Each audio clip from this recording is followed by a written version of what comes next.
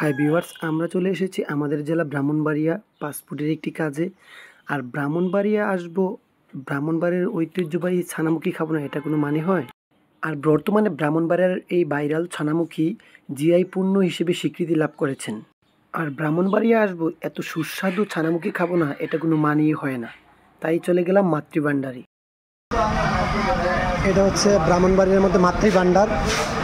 এখানে এই সুস্বাদু খাবারগুলো পাওয়া যায়। এখানে ছানামুখী পাবেন 700 টাকা কেজি। বিশেষ করে আমি কুমিল্লা গেলে পিয়াসা বেকারি থেকে পঞ্চ মিষ্টি আনি। আর ব্রাহ্মণবাড়িয়ার পঞ্চ মিষ্টি খেয়ে ডিফারেন্টটা খুবই ভালো লাগলো। ব্রাহ্মণবাড়িয়ার পঞ্চ মিষ্টিগুলো খুবই সুস্বাদু, দামেও কম, কেজি মাত্র 300 টাকা। ব্রাহ্মণবাড়িয়ার ছানামুখী।